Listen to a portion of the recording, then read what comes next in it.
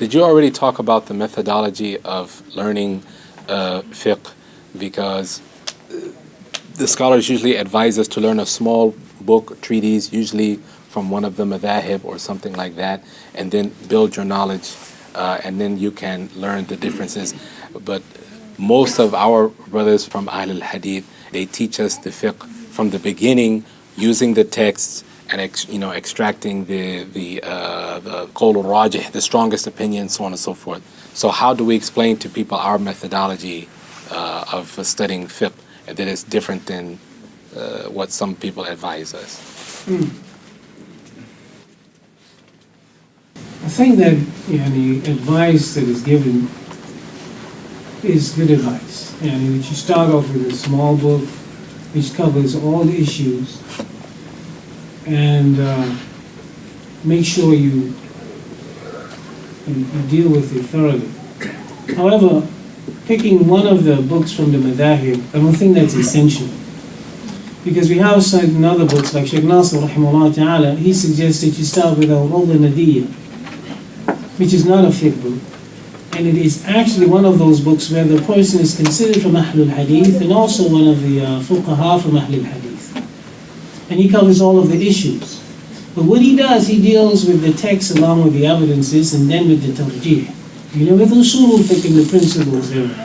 It's concise, very comprehensive. And so he advises that that is a good book to start with. He advised also, rahimahullah ta'ala, he suggested fiqh al-sunnah, but he said that that has some problems. Because what happened, Sayyid Sabiq rahimahullah ta'ala, he sometimes deals with an issue and he says there's a difference of opinion on this person has this opinion, this person has this opinion, and he leaves you.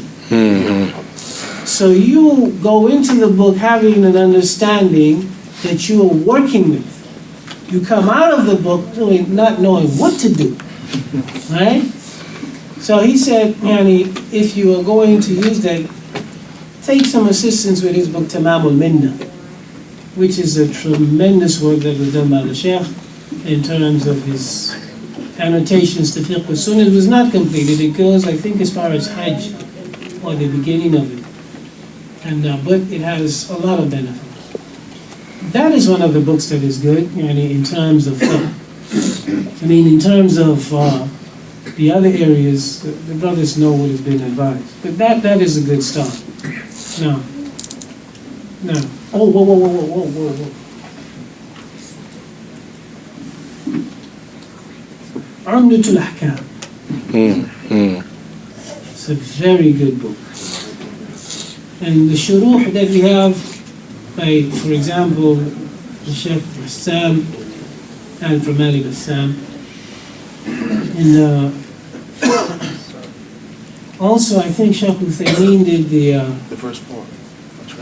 I think the first part of it, I don't know if they did the whole thing as yet. That is a very good starting point.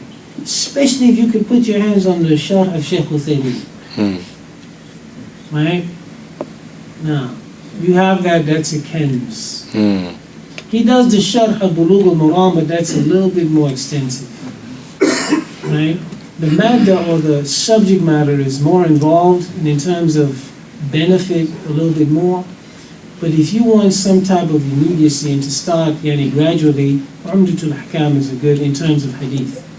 And also because all of the narratives are there are basically Bukhari and Muslim. So you don't have to worry about this being authentic or that not being authentic. So those are some good starting points. No. 1 minute. However, if you're memorizing the matin, I would suggest that you, for each hadith, refer back to the actual text, have a notebook, right, where you look at the expression in Umdah, but go back to Bukhari and Muslim. Sometimes you will not find that exact expression. So you go back to the source and see what the exact expression is, and you write it down, right, as you go along, and memorize it like that. And that way you won't continually carry the mistakes that were made in the book on and on and on. Right? Now,